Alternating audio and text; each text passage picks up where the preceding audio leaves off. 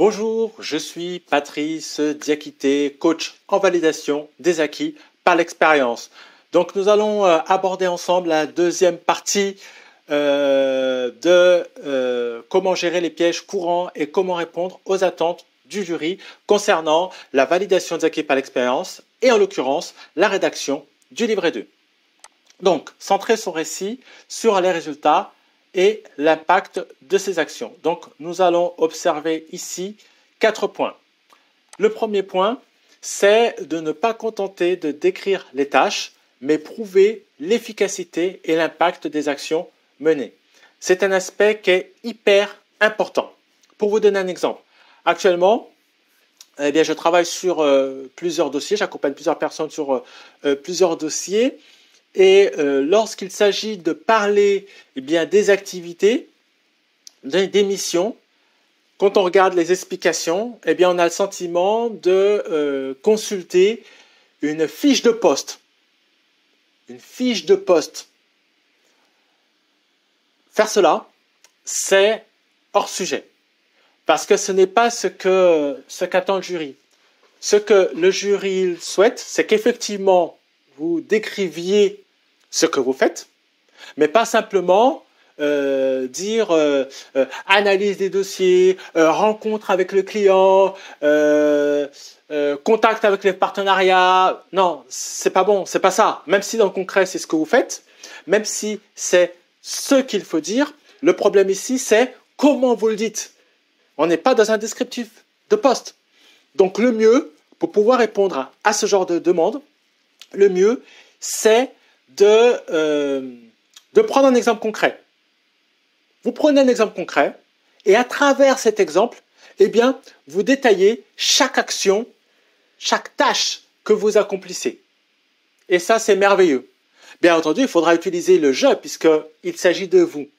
Mais vous expliquez ce que vous faites en composant des phrases, pas en mettant des bullet points. On est hors sujet. On est hors sujet. C'est pas qu'on est hors sujet, mais voilà, nous sommes des êtres sociaux, il faut rédiger. Voilà, il ne faut pas donner l'impression que vous avez utilisé, par exemple, l'IA. Il faut bien expliciter les choses. Voilà, j'ai fait ci, j'ai fait ça, j'ai fait ci, j'ai fait ça. Ensuite, j'ai fait ci, j'ai fait ça. Pourquoi? Parce que blablabla, blablabla, blablabla, blablabla. Voilà, c'est super, super, super important. Deuxième point. Illustrer chaque mission par des résultats concrets, des améliorations mesurables ou des retours d'expérience. Illustrer chaque mission. Il faut donner des exemples. Il faut expliquer. Il faut être concret. Montrer quel résultat final cela a donné. Parce que quand on accomplit une mission, lorsqu'on accomplit une tâche, c'est forcément pour avoir un résultat. Donc il faut expliquer le résultat. Et si vous voulez aller plus loin, il faut expliquer ce que vous auriez pu faire. C'est-à-dire, est-ce que vous auriez pu faire ou accomplir cette mission différemment? Avec quel impact? Avec quel résultat? Et procéder de cette manière-là, ça peut être intéressant puisque ça va montrer que vous arrivez à prendre du recul, de la hauteur sur votre dossier et sur votre métier au quotidien. Des améliorations mesurables ou des retours d'expérience. Donc, effectivement, dans toutes vos actions, il y a toujours des choses que l'on peut améliorer.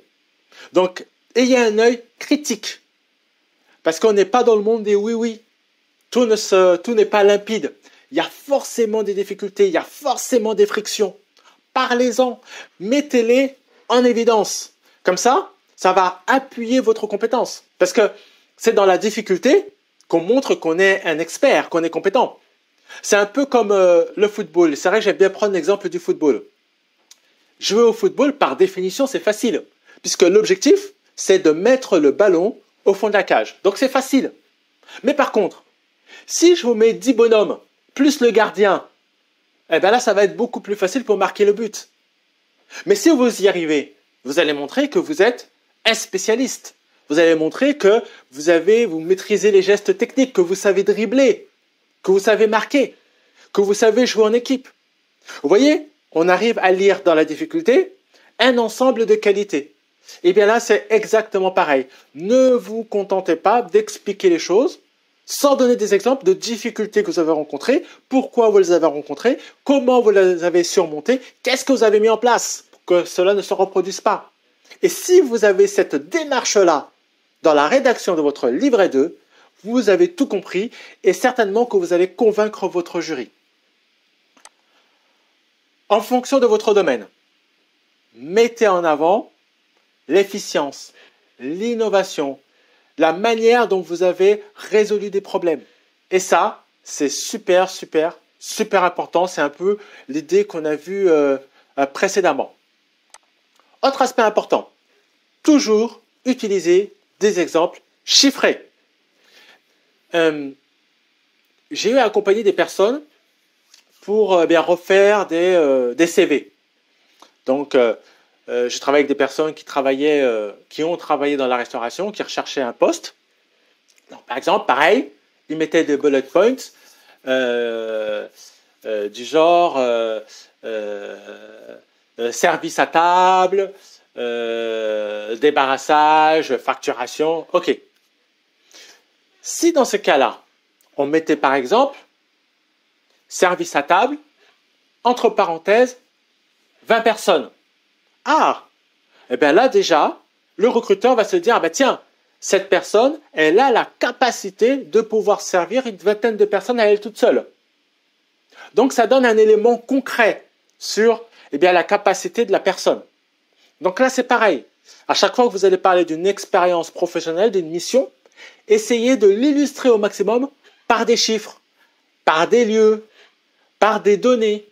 Et si vous avez des preuves écrites, si vous avez des rapports d'activité, si vous avez des documents informatiques, si vous avez des tableaux, il faut les mettre en référence pour que le jury puisse se dire « Ah ben oui, ce qu'elle a écrit, elle l'a réellement fait. » Parce qu'il ne faut pas se leurrer. C'est ce à quoi le jury a besoin d'être convaincu. Est-ce que